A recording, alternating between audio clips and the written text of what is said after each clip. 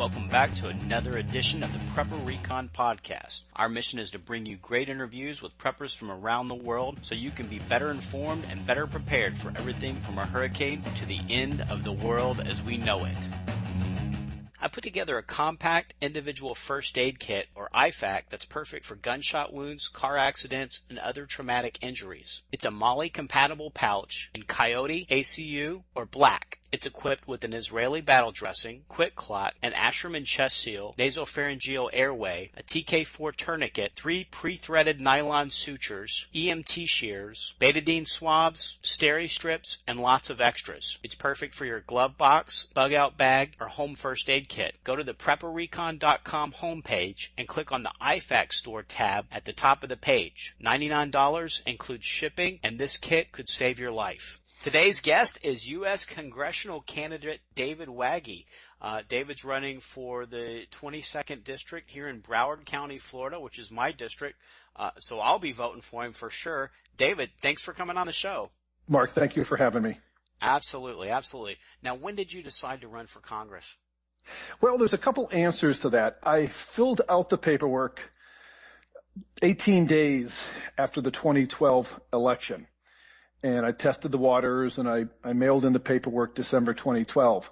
But a couple of years before that, I had printed out the Congressional Candidates Handbook, and it actually goes all the way back to when I was at Coconut Creek High School, class of 79, and I served in student council back then. I'd always planned on being in political service, government service, and I've over the years have been involved volunteering on a campaign for mayor and ran for student body president back in '86. So it's been something I've talked about a long, long time.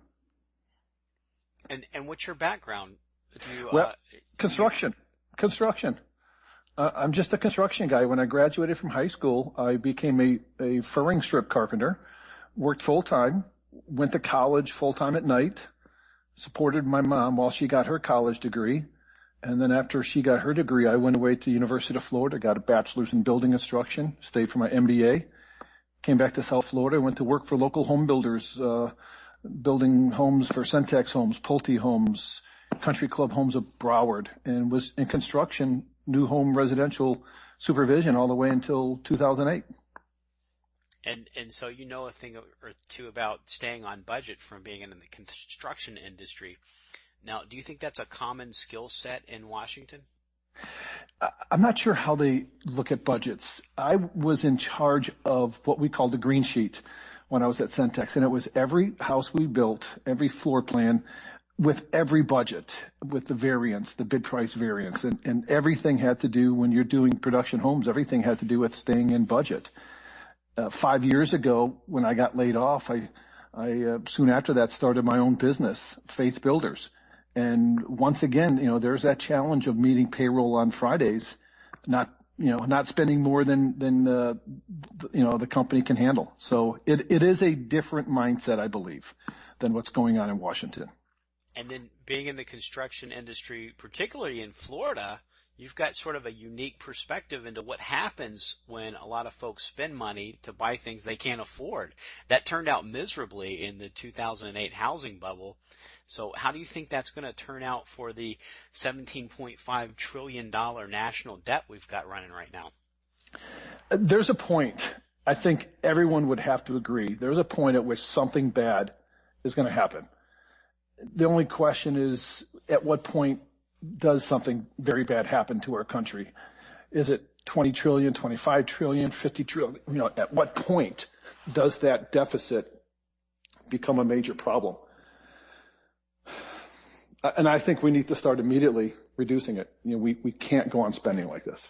Yeah, I think I think the eventual collapse or bubble popping in the debt market or whatever happens, I think it's all sort of a confidence game. So I don't think we can really pinpoint the date on that. But history tells us that always happens. Now, where's all this money going in D.C.? There's fraud and there's waste. There's a lot of money we know where it's being spent, and yet there's billions of dollars that suddenly becomes unaccounted for. I believe the State Department lost, track $8 billion or whatever the number is, and you go, how in the world can our government not have any idea where this money is going? And we've seen that in program after program, where after it was done, there was billions of dollars unaccounted for.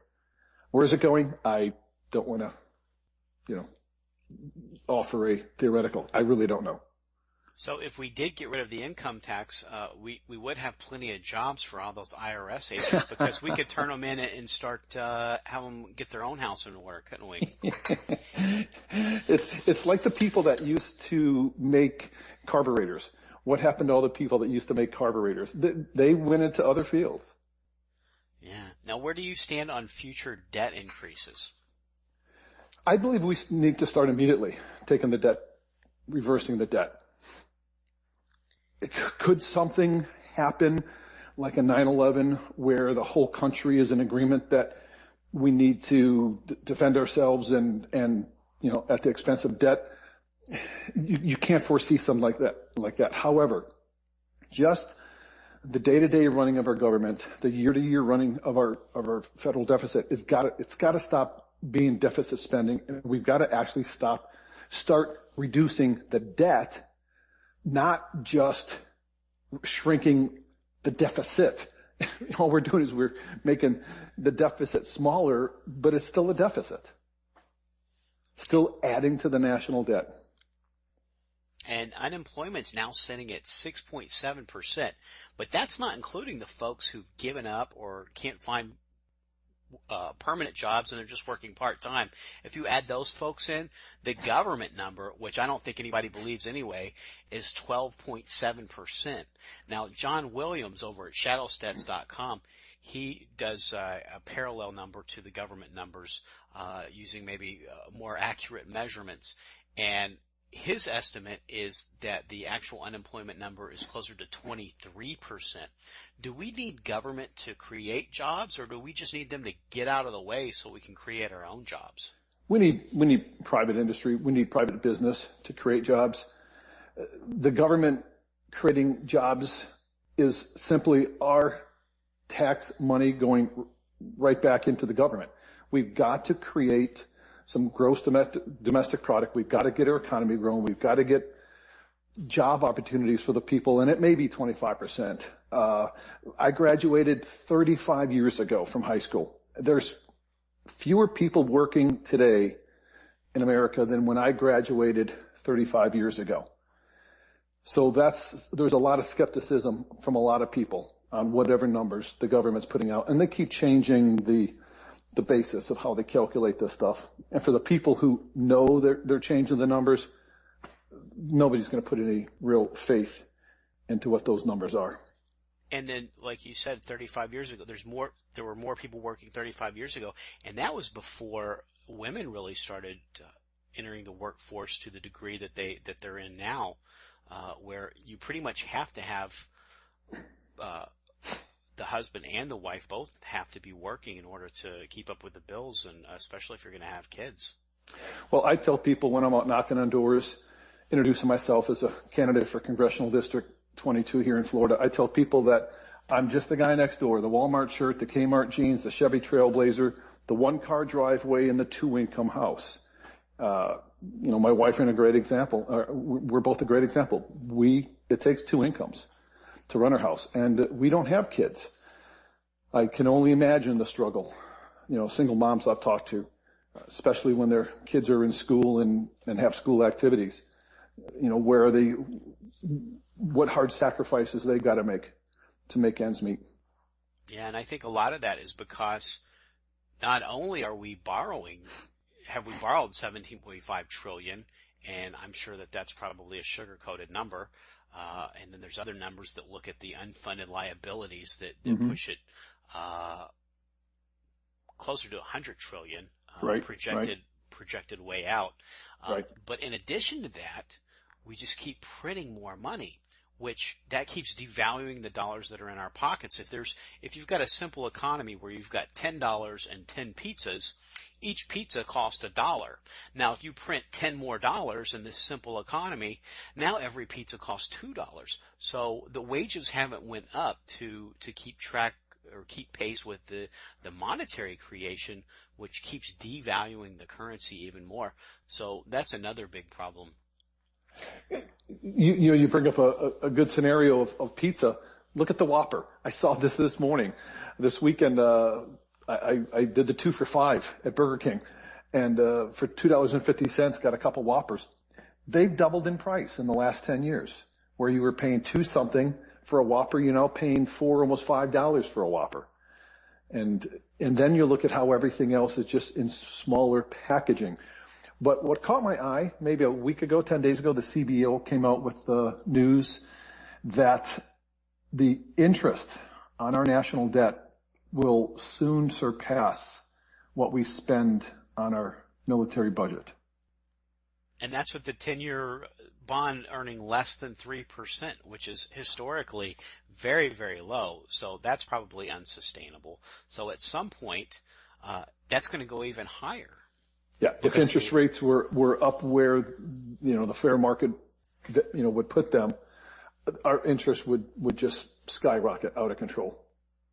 And we haven't even really locked in these under 2% rates on the 30-year bonds either. It's mostly short-term debt.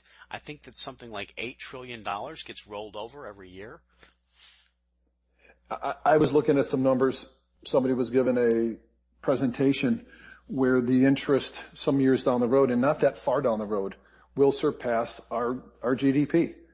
And you go, wait a minute, our gross domestic product will only cover the interest on the debt.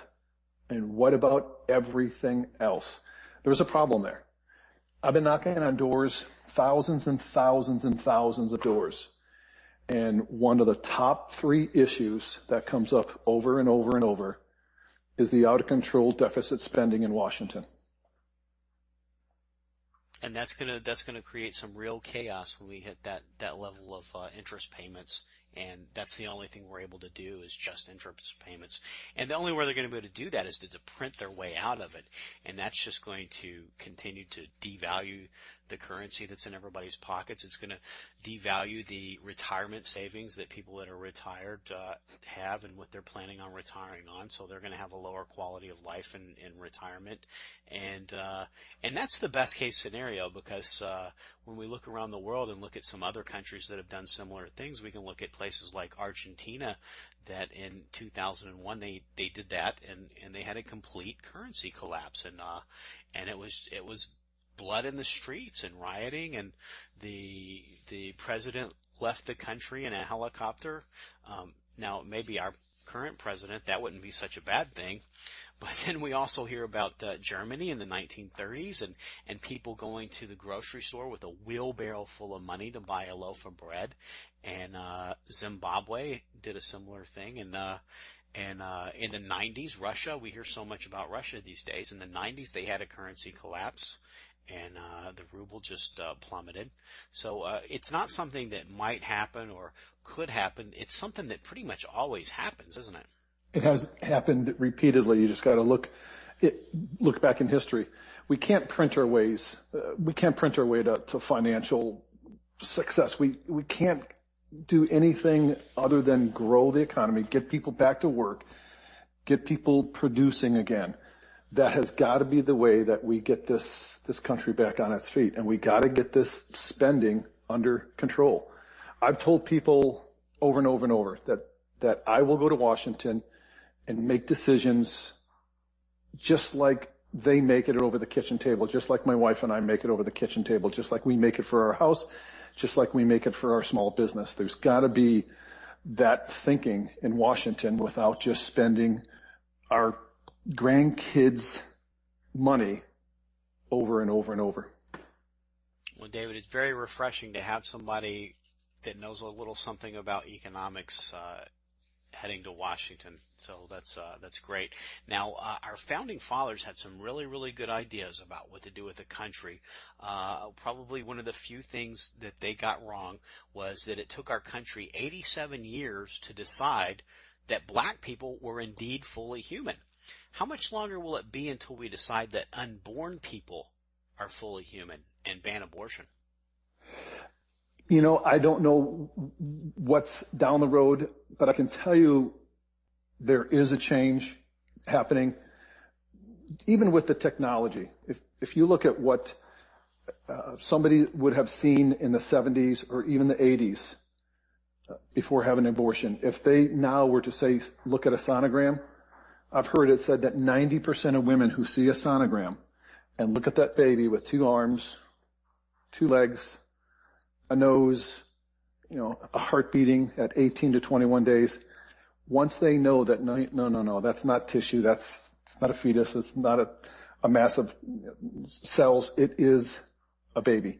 And I think that it only makes sense that when they see that, they realize that they're ending a life. I think that there's more people coming to that realization as we get, more and more medical technology and we get more medically advanced.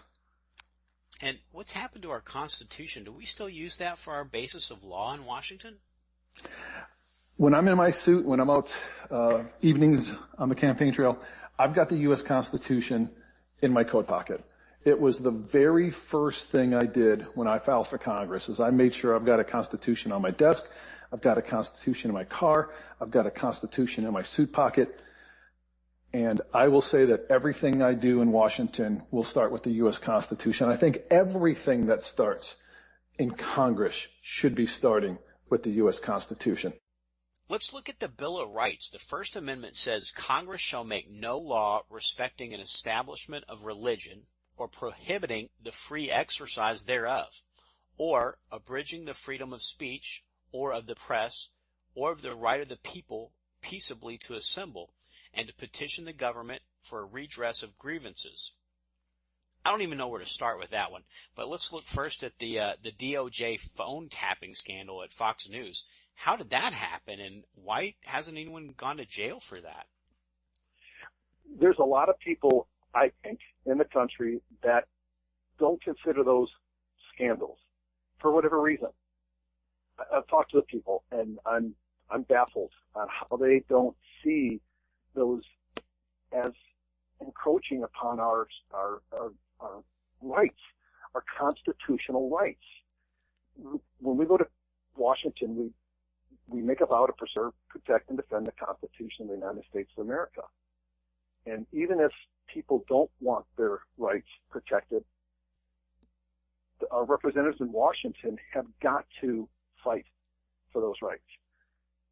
I had no idea. I mentioned to people that I'm just a local guy, went to high school, Coconut Creek High School, to Margate Middle School, public schools, learned about the U.S. Constitution, learned about the Bill of Rights, and to me it's such a basic part of being an American. I don't know how everyone wouldn't want to preserve those constitutional rights 100%. And we don't even teach that stuff in the schools anymore. As a matter of fact, we recently had an episode where 20 students were stabbed in Pennsylvania. I mean, that's just absolutely horrific.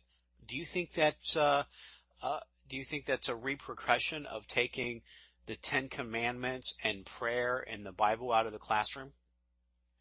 I don't know any of the specifics other than it happened just before classes started and 4 students were airlifted. It's certainly a horrific incident, 20 kids getting stabbed. I don't know anything about what led this person to do it. But one of my first thoughts is there's evil. There's evil in the world. We saw it in Boston. We've seen it at Sandy Hook. There's evil people in the world. And how do they get evil? I don't know if I can put my finger on one specific thing and say, here's where somebody became so evil that they could take another person's life. I don't know. But that's very tragic what just happened in Pennsylvania. But it certainly doesn't help that our children don't look up on the wall and see the 10 Commandments that says, thou shalt not kill. They never know that. And in the schools, they're taught that they evolved from an amoeba that turned into an alligator, that turned into a possum, that turned into a monkey, and that there's no God, so there's no real eternal consequences. And not only are there no eternal consequences, but you evolved from an animal, so essentially you're an animal, so it would be ridiculous for us not to expect them to act like animals, wouldn't it? I didn't believe that way until I was in my 30s. I was 30 years old before I ever picked up the Bible and read it, started reading it. So my worldview has changed over the last 22 years, and I certainly see things differently. And I now listen as people talk about evolution. And I go, well, if we evolved from whatever, what are we going to evolve into next?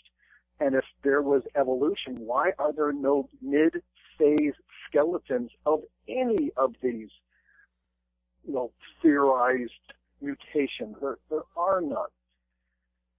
So yes, does it affect the way the newer generation growing up thinks? I believe that. I had the privilege of being a youth pastor for 4.5 years at a local church in Boca with students from 13 years old to 18, 19, 21 years old. And it was wonderful to be able to take young folks that are going to public schools and private schools, but get them together, one night a week and do a Bible study on any number of subjects, but always biblically based. Now, what about our military? The Pentagon said that Christians are no longer allowed to proselytize, and there's even been reports that they could even possibly be court-martialed if they do. It sounds to me like don't ask, don't tell has been lifted for homosexuals, and instead it's been transferred over to the Christians. It's an absolute violation of our constitutional rights, allowing us to have freedom of religion. We have got to rise up as we the people. There's so many people out there who are having their religious liberties violated. Look at the Catholic Church. Look at the lawsuits that are happening over the HHS mandate, where employers have to provide, a whole laundry list of 20 different abortion-producing drugs, even if it violates their religious beliefs. We've got to protect our constitutional rights for our military, for our churches, for the individuals. And the Second Amendment says the right of the people to keep and bear arms shall not be infringed. Now, how are states like New York, California, and Connecticut getting away with these gross violations? Isn't that the job of the federal government to step in and ensure that liberty? This has been happening for decades and decades and decades. There's two visions for this country. There's no question you can look at each party and see a different vision. And I believe that the people who wrote our Constitution were wordsmiths. They picked words specifically. And the words they added into the Second Amendment, shall not be infringed, had purpose. They knew that as citizens, we needed to protect ourselves against a tyrannical government. They weren't looking at skeet shooting. They weren't looking at deer hunting. They weren't looking at target practice. They weren't looking at self-defense per se. They were looking at protecting ourselves from our government. And you can see our government, be it state or local, in the states you mentioned, infringing upon those rights. And I don't know why the people in those states aren't rising up. But then you'll see other states like Texas, where there is no question where they stand on supporting the Second Amendment. And the Fourth Amendment says the right of the people to be secure in their persons, houses, papers, and effects against unreasonable searches and seizures shall not be violated, and no warrants shall issue but upon probable cause supported by oath or affirmation, and particularly describing the place to be searched and the persons or the things to be seized. Have you been on a plane lately, David? Not lately, but yeah, I know that the TSA is searching people all the way through their, through their clothes with the seal machine. I know they're being frisked. There's there's all kinds of stories where our government agencies are searching where they don't have a right to search. Yeah, the last time I got on a plane, they didn't serve me with a warrant. And it certainly didn't point out what they were looking for. They just rifled through my stuff and sent me through some type of machine that may or may not give me cancer. And it was a female agent, but she still ran her hands all over my wife, which made me very uncomfortable. And I feel like I'm being treated like the bad guy here. I agree with you. There are so many examples and so many videos from different websites for the people who watch this stuff. Even after Boston, you saw some of what happened in Boston after the bombing. That was absolutely travesty, the way that in Watertown, where they went from house to house and they dragged the people out of the house one by one with their hands on their heads. And then we're talking about women, old men. You know, they're obviously not the 19-year-old Sonarov kid that they were supposedly looking for. And then they would take each one out of the house. They'd run them down to the end of the block where there were other agents standing there to pat down these law-abiding citizens. I would think if there was ever a day in the history of America that you wanted your citizenry to be armed, that'd been the day. You know, if they were patting them down and saying, "Oh, you should have had a gun. You don't have a gun on you. You should have a gun. Here, we'll issue you one." You know, that'd be okay. But I don't think that's what they were doing. No, and it was done at gunpoint. It was done to people who didn't give them permission to go into their homes. It was people that were law-abiding citizens that were forced out of their homes so the homes could be searched. And yes, no warrants. Complete violation of the U.S. Constitution. And Benjamin Franklin said those who would give up essential liberty to purchase a little temporary safety deserve neither liberty nor safety. So what can we do to reel in the NSA from spying on their own citizens? Once again, we've got to get people to understand how badly their constitutional rights are being violated. And we've got to have people to get a passion for the U.S. Constitution. They need to have a passion for having the liberties that were bestowed upon us by a creator, not by a government. And since they were bestowed on us by a creator, not the government can't take them away. However, the government is certainly in many instances working very hard against we the people and taking away many of our rights. Yeah, it's the government's job to ensure our God-given liberties. And so at this point, they're really derelict in their duty. Now, Amendment 5 says people have to be charged and convicted under due process to be deprived of life, liberty, or property. The 6th says we have the right to a speedy trial, and the 8th protects us against excessive bail. I think the 2012 NDAA indefinite detention clause pretty much violates all three of those amendments. It does. It does. We have got to realize that we can be safe, we can defend ourselves, but we've got to be able to do it in a way that doesn't violate the U.S. Constitution, that doesn't violate our constitutional rights. And that act absolutely infringes upon every one of those amendments that you just listed. And Amendment 10 says the powers not delegated to the United States by the Constitution, nor prohibited by it to the states, are reserved to the states, respectively, or to the people. If that's true, why is the federal government involved in education, wealth transfer payments through the tax code, health care, and several other areas not delegated to them in the Constitution? The Constitution has a very limited role for the federal government. War, peace, foreign commerce, negotiation. Over the years, over the decades, we've seen this progressive growth of what some people want our government to do. They want the government to be all things to all people.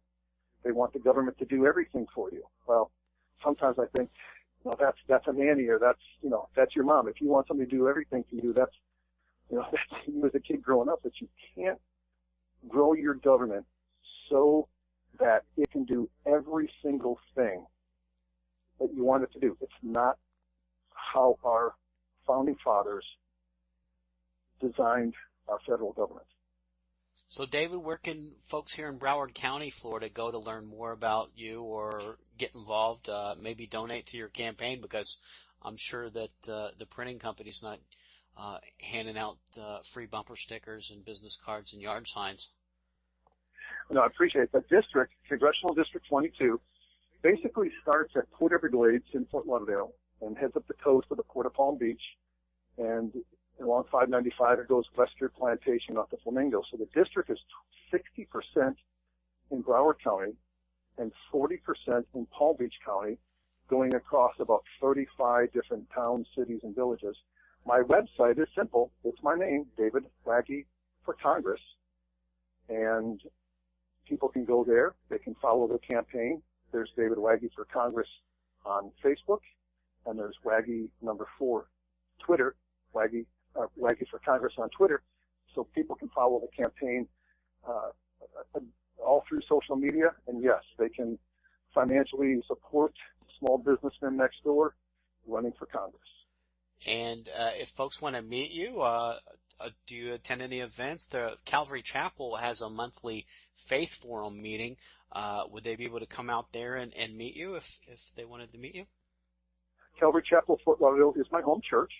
I am at the majority of the Faith Forum activities because I run a small business. There's sometimes I have things that get me tied up at work, and I haven't been able to make as many as I want. But every month you're going to find me at some event, and my email is davidwaggieforcongress@gmail.com. Folks can contact me via email or through the website.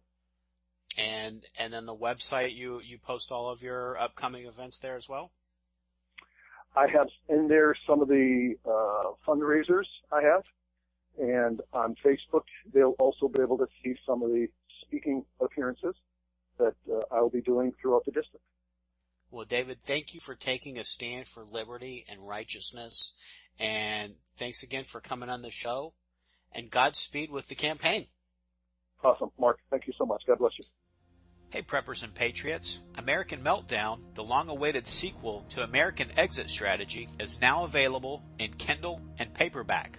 In American Meltdown, Book 2 of the Economic Collapse Chronicles, the new president, Anthony Howe, signs an executive order banning all semi-automatic weapons.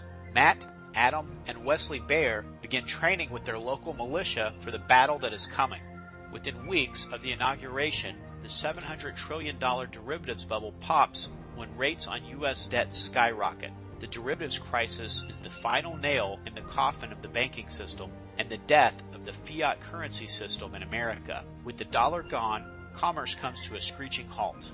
While times prove to be tough for all, survival favors the prepared. Get your Kindle or paperback copy of American Meltdown, Book 2 of the Economic Collapse Chronicles on Amazon today.